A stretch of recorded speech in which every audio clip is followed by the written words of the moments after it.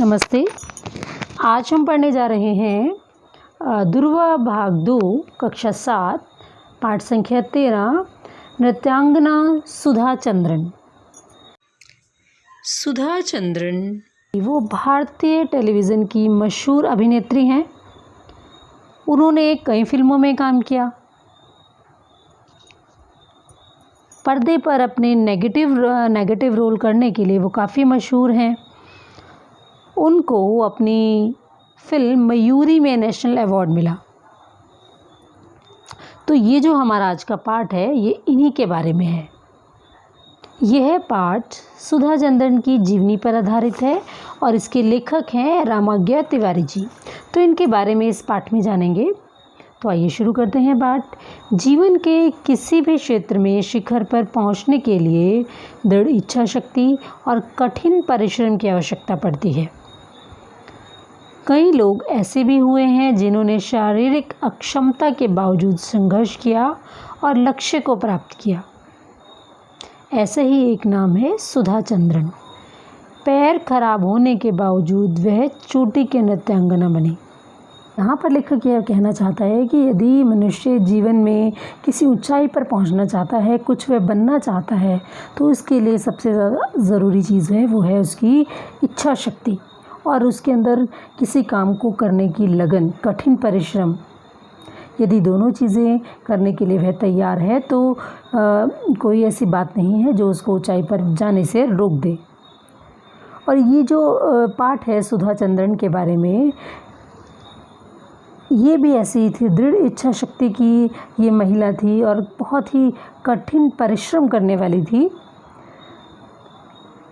ये जब बहुत छोटी थी, 17 साल की उम्र में ही इनका जो पाँव थे वो एक दाहिना पाँव, वो अपना पाँव खो बैठी थी। उसके बावजूद भी इन्होंने अपने नृत्य के शौक़ को नहीं छोड़ा।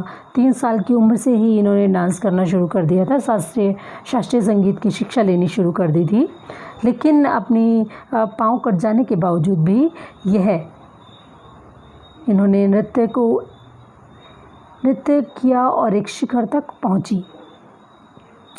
सुधा चंद्रन की माता श्रीमती थंगम एवं पिता श्री के.डी. चंद्रन, उनकी हार्दिक इच्छा थी कि उनकी पुत्री राष्ट्रीय ख्याति की नृत्यांगना बने, अर्थात वो राष्ट्रीय पुरस्कार प्राप्त करे।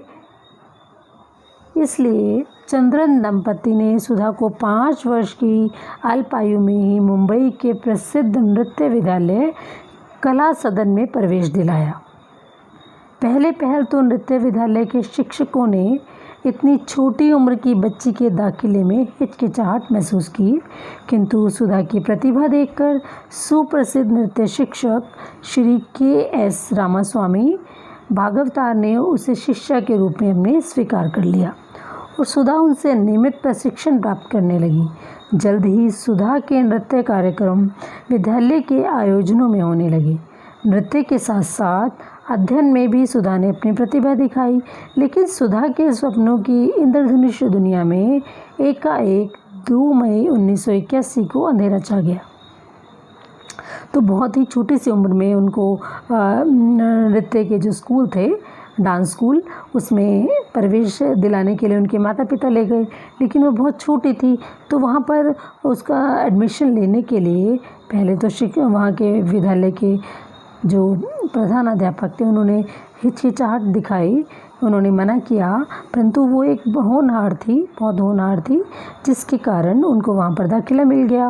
और वहाँ पर उनके एक शिक्षक थे जिनका नाम था रामास्वामी। उन्होंने इनको अपनी शिष्य बना लिया और उनको नृत्य का प्रशिक्षण देना शुरू कर दिया। धीरे धीरे वो अच्छा नृत्य करने लगी, तो विद्यालय में, स्कूल में जो भी आयोजन होते वहाँ वो अपना नृत्य दिखाती और डांस के साथ साथ वो अपना अध्ययन भी करती थी। लेकिन 2 मई 1981 को उनकी जो इंद्रधनुषी दुनिया में अंधेरा छा गया। ऐसा क्या हुआ तो वो देखते हैं आगे। 2 मई को तिरुचिरापल्ली में से मद्रास जाते समय उनकी जिस बस से वो लोग जा रहे थे, दुर्घटनाग्रस्त हो गई। इस दुर्घटना में सुधा के बाएं पांव की एड़ी टूट गई और दायां पांव बुरी तरह जख्मी हो गया। प्लास्टर लगाने पर बाएं पाँव का जो घाव था, जो चोट लगी थी बाएं पाँव की, ठीक हो गई, किंतु दाएं टांग में गैंग्रीन हो गया। गैंग्रीन जो होता है एक प्रकार का रोग होता है जिसमें आपके अंग जो है ख़राब होने लग जाता है, एक प्रकार का कैंसर होता है।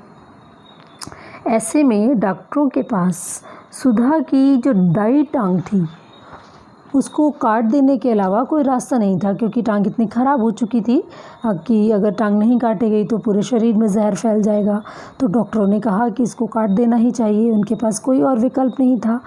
इसलिए दुर्घटना के 1 महीने बाद सुधा की दाईं टांग घुटने के 7.5 इंच नीचे से काट दी गई। एक टांग का कट जाना संभवतः किसी भी नृत्यांगना के जीवन का अंत ही होता। सुधा के साथ भी यही हुआ। सुधा ने लकड़ी के गुटके के पांव और बैसाखियों के सहारे चलना शुरू कर दिया और मुंबई आकर वह पुनः अपनी पढ़ाई में जुट गई। अब वो एक डांसर थी, नृत्यांगना थी। अब नृत्यांगना का यदि पाँव कट जाए और यही सपना हो यदि किसी नृत्यांगना के कि मैं जीवन में अच्छा नृत्य करूंगी, राष्ट्रीय पुरस्कार लूँगी, और उसके साथ ऐसा हादसा हो जाए तो बहुत ही दुख की बात हो जाती है। तो उन्होंने धीरे धीरे उनका एक नकली पाँव बनाया गया और बैसाखी के सहारे उन्होंने चलना शुरू किया, जैसे कि चित्र में दिखाया गया है। इसी बीच सुधा ने मैग्सेसे पुरस्कार विजेता सुप्रसिद्ध कृत्रिम अंग विशेषज्ञ डॉक्टर PC सेठी के बारे में सुना। वह जयपुर गई और डॉक्टर सेठी से मिली। डॉक्टर सेठी ने सुधा को आश्वस्त किया कि वे दोबारा सामान्य ढंग से चल सकेंगी। इस पर सुधा ने पूछा, क्या मैं नाच सकूंगी? तो डॉक्टर सेठी ने कहा, क्यों नहीं, प्रयास करो तो सब कुछ संभव है। तो उन्होंने एक डॉक्टर का नाम सुना जो कि नकली अंग बनाते थे।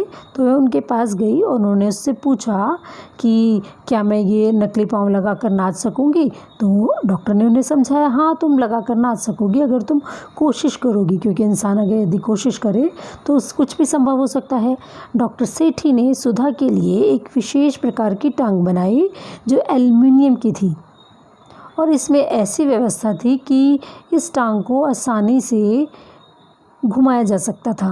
वह आसानी से उस टांग को घुमा सकती थी। सुधा एक नए विश्वास के साथ मुंबई लौटी, अपने नृत्य का अभ्यास शुरू करना चाहा, किंतु इस प्रयास में कटी हुई टांग से खून निकलने लगा। वो जब एल्युमिनियम की टांग लगाकर डांस करती थी तो उसमें से खून निकलने लग जाता था उनकी अपनी टांग से। कोई भी सामान्य व्यक्ति इस तरह की घटना के बाद दोबारा नाचने की हिम्मत कतई नहीं करता, किंतु सुधा साधारण मिट्टी की नहीं बनी थी। जल्दी ही उसने अपनी निराशा पर काबू पा लिया और अपने नृत्य प्रशिक्षक को साथ लेकर डॉक्टर सेठी से पुनः मिली। और जब उनकी टांग से खून बहने लगता, इस तरह से यदि कोई सामान्य व्यक्ति हो उसकी टांग से खून बहने लगे तो अपनी हिम्मत हार जाता है, लेकिन सुधा ने अपनी हिम्मत नहीं हारी और जो उनके शिक्षक थे जो उनको नृत्य सिखाते थे उनको साथ लेकर गई और डॉक्टर से मिली। डॉक्टर सेठी ने सुधा के नृत्य प्रशिक्षक से नृत्य हेतु पाँवों की विभिन्न मुद्राओं को गंभीरता से देखा परखा और एक नई टांग बनवाई जो नृत्य की विशेष ज़रूरतों को ध्यान में रखकर बनाई गई। अर्थात वो इस ढंग से वो चल फिर टांग घूम सकती थी जैसे कि वो नृत्य करने वाला उसको आसानी से घुमा सके अपनी एल्युमिनियम की टांग को। टांग लगाते समय डॉक्टर सेठी ने सुधा से कहा, मैं जो कुछ कर सकता था मैंने कर दिया, अब तुम्हारी बारी है। अर्थात जितने भी वो इसमें बदलाव कर सकते थे उन्होंने उस टांग को घुमाने के लिए, मोड़ने के लिए, कि उन्होंने अपनी तरफ से पूरा प्रयास कर उसको वो टांग दे दी, नकली टांग, और कहा, उसको समझाते हुए भी कहा कि अब तुम्हारी बारी है, अब मैंने तो अपनी तरफ से पूरा प्रयास कर दिया, ऐसी मूवेबल टांग या जो चल फिर सके, ऐसी टांग घूम सके, ऐसी एल्युमिनियम की टांग बनाने में सुधा ने पुनः नृत्य का अभ्यास शुरू किया। शुरुआत में बहुत कुछ अच्छा नहीं रहा, शुरुआत अच्छी नहीं रही। कटे हुए पान के पाँव के जो ठूंठ से खून रिसने लगा, किंतु सुधा ने कड़ा अभ्यास जारी रखा। कठिन अभ्यास से सुधा जल्द ही सामान्य नृत्य मुद्राओं को प्रदर्शित करने में सफल हो गई। मतलब वो घबराई नहीं। उसके जो टांग जो कटी हुई थी, कटी टांग से जब खून रिसता था तभी वह घबराती नहीं थी। उसने अपना अभ्यास ऐसे ही चालू रखा।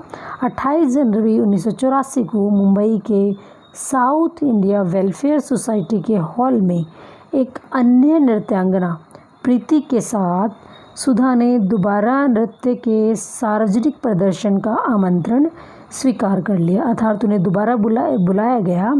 एक सोसाइटी का जो फंक्शन था उसमें एक उनकी दूसरी नृत्यांगना थी जिसका नाम प्रीति था, उसके साथ उनको नृत्य करना था, तो उन्होंने उस आमंत्रण को स्वीकार कर लिया।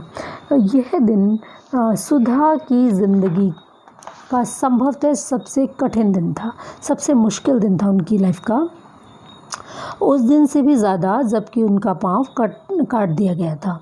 सुधा का यह प्रदर्शन बेहद सफल रहा। जो उनके चाहने वाले थे, चेतों ने उसे देखते देखते पलकों पर उठा लिया और रातों रात एक ऐतिहासिक महत्व की व्यक्तित्व हो गई। अर्थात लोगों ने जब उनको देखा कि वो कटे टांग से इतना अच्छा नृत्य कर रही है तो सब उनकी कला के कायल हो गए। उसकी अद्भुत जीवन यात्रा से प्रभावित होकर तेलुगु के फिल्मकार ने उसकी ज़िंदगी को आधार बनाकर एक कहानी लिखवाई, मयूरी नाम से तेलुगु में एक फ़िल्म बनाई। तेलुगु नाम से मयूरी नाम से एक फ़िल्म बनी। अपने पात्र को सुधा ने स्वयं पर्दे पर जीवंत किया। फिल्म को अद्भुत सफलता मिली और इस फिल्म के अभिनय के लिए सुधा को भारत के 33वें राष्ट्रीय फिल्म समारोह में विशेष पुरस्कार प्रदान किया गया। मयूरी की सफलता को देखते हुए इसके निर्माता ने यह फिल्म हिंदी में भी नाचे मयूरी नाम से प्रदर्शित की और सुधा ने पूरे भारत को अपनी प्रतिभा का मुरीद कर दिया। आज सुधा एक व्यस्त नृत्यांगना नहीं, फिल्म नृत्यांगना ही नहीं है, अपितु फिल्म कलाकार भी है। सुधा को उसके असामान्य साहस और श्रेष्ठ उपलब्धियों के लिए कई पुरस्कार भी प्राप्त हो चुके हैं। तो ये थी एक साधारण सी लड़की की असाधारण कहानी, जिसने खुद अपनी मेहनत से, अपनी लगन से अपने आप को असाधारण बना लिया। तो इस कहानी से आपको शिक्षा मिलती है कि आप लोग भी यदि मन में मनुष्य को स्थान ले और परिश्रम करने के लिए तैयार रहे तो कुछ भी किया कर सकता है इंसान। सुधा चंद्रन की आपने शक्ल देखकर आपको परिचय याद आ गया होगा कि इन्होंने कई टीवी सीरियल्स में भी काम किया है। इनके नाम से पिक्चर भी बनी है, मयूरी नाचे मयूरी। तो ये थी इनकी कहानी। अब इस पाठ के अभ्यास के लिए हम अगले वीडियो में मिलेंगे। धन्यवाद।